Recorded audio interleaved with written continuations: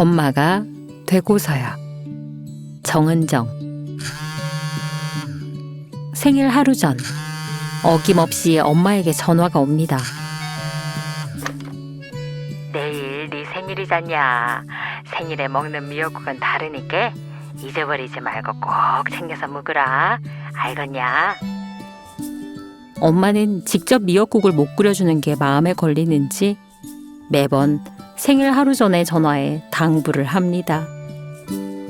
연세도 많은데 달력에 표시도 안 해놓고 어떻게 자식들의 생일을 일일이 기억하는지 늘 신기할 따름입니다. 평소 미역국을 좋아해서 즐겨 먹곤 하지만 한때는 미역국이 지겨워 먹기 싫었던 적이 있었습니다. 아이를 낳고 한 달 동안 미역국만 먹었을 때죠. 남편을 따라 아는 사람 하나 없는 낯선 지역으로 이사를 와서 혼자 아이를 돌보려니 너무 힘들고 외로웠습니다.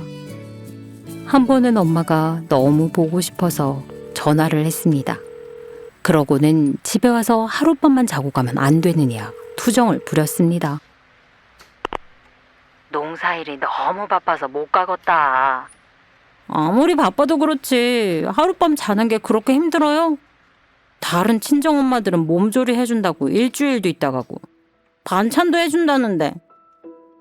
그만 가시돋친 말을 툭 뱉고 말았습니다. 은정아, 내도 니한테 가고 싶다. 우리 손주도 보고 싶고 미역국도 끓여주고 싶고 니 좋아하는 반찬도 해주고 싶다.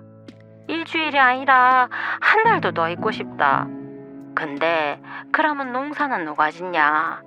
제때 일을 해야 너희들한테 다 보내주지. 힘들어도 좀만 참아라. 입맛 없어도 미역국 많이 먹으라. 산모한테 좋단다.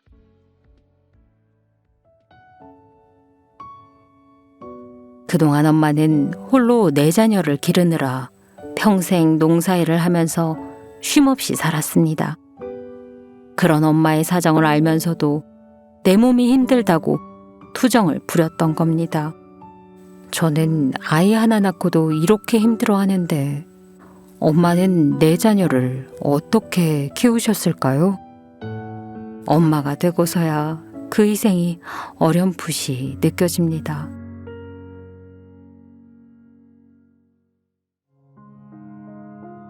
엄마의 감사, 이은자. 너보다 더 힘든 사람을 생각하거라. 앞 못 보고 팔다리 없는 사람도 있다. 어려서부터 몸이 허약해 병원과 학교 가는 일수가 거의 비슷할 정도였던 저는 신경이 늘 날카롭고 예민했으며 모든 일에 짜증을 많이 냈습니다. 그럴 때마다 엄마가 제게 했던 말입니다. 주어진 상황에 감사하며 살자는 뜻이었는데 그때는 그 말이 투정 좀 그만 부리라는 소리로 들렸습니다.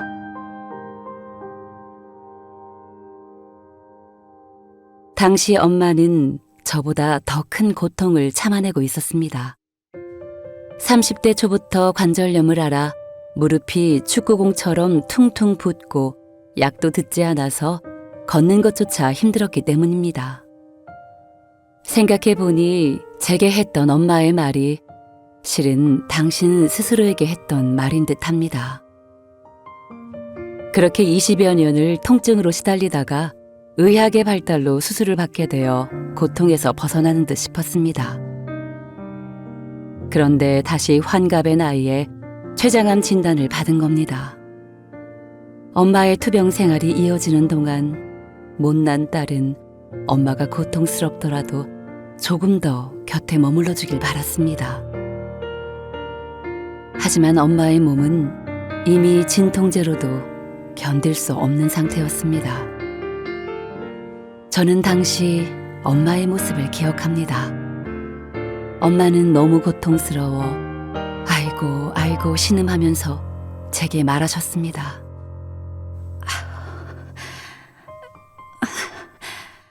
우리 천국에서 다시 만나자. 그렇게 저와 약속을 하고는 눈을 감으셨습니다.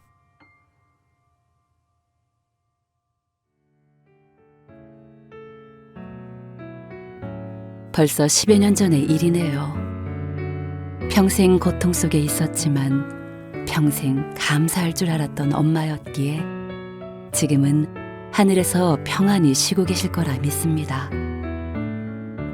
저 역시 주어진 상황에 감사하며 살다가 하늘에서 엄마와 기쁨으로 상봉하고 싶습니다.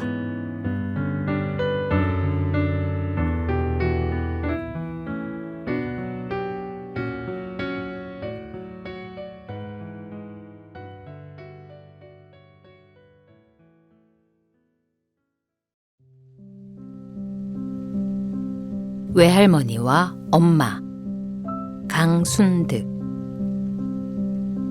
저는 지금 손주를 둔 할머니입니다. 오늘은 제 어머니와 외할머니 얘기를 하려 합니다. 어머니는 외할머니의 맏딸입니다. 어머니는 결혼을 해서 8자녀를 뒀는데 제가 태어날 즈음에서 가세가 기울어 고생을 많이 하셨습니다. 맏딸의 고생을 지켜보며 외할머니는 많이 가슴 아파하셨습니다. 그래서 엄마에게 관심을 많이 두셨죠. 외할머니는 60대 때 다리를 다치시고 줄곧 거동을 못 하셨습니다. 빨리 치료를 했으면 됐는데 시기를 놓친 겁니다. 외할머니는 그 몸으로 종종 저희 집에 들러 얼마간씩 머무셨습니다. 당시 외가는 직원을 여럿 두고 간의 공업을 하는 보기 드문 부자였습니다. 그래서 외할머니가 저희 집에 오시면 하얀 쌀이 쌀독에 가득 찼고 연탄 창고에 연탄도 가득해졌습니다. 동네 사람들도 외할머니를 부자 할머니라 불렀습니다. 하지만 그날은 어머니의 고생이 시작되는 날이었습니다. 외할머니의 모든 거동을 도우며 대소변을 받아야 했고 잔소리까지 고스란히 들어야 했으니까요. 물론 딸을 위한다는 거였지만 외할머니의 잔소리는 저희들 귀에도 딱지가 앉을 지경이었습니다. 당시 엄마는 몸이 약하신 아버지 수발에 자식들 뒷바라지만으로도 숨을 제대로 쉬지 못하셨습니다. 외할머니는 딸 살림에 도움을 주신다며 찾으셨을지 몰라도 제가 볼 땐 어머니의 하루하루는 더욱 고단하고 힘들어졌습니다. 그런 어머니 때문에 마음 아팠던 저는 외가에 가서 왜 우리 엄마를 고생시키느냐며 따지기도 했습니다. 하지만 어머니는 당신을 도와주시려는 외할머니의 마음을 이해하시고 묵묵히 모든 고생을 감내하셨지요. 지금 제가 그때의 어머니를 생각해보니 어머니는 당신의 어머니께 해야 할 효를 당연하듯 행하신 것이었더군요. 사실 제가 그렇습니다. 지금 어머니가 살아만 계신다면 대소변도 감사한 마음으로 받아낼 수 있을 것 같습니다. 이 땅에 오면 언젠가 하늘로 돌아가야 할 인생. 유괴 부모님께 행하는 효도도 당연한데 영원한 생명과 행복을 주신 하늘 어머니께는 효를 다 하고 있는지 생각해 봅니다.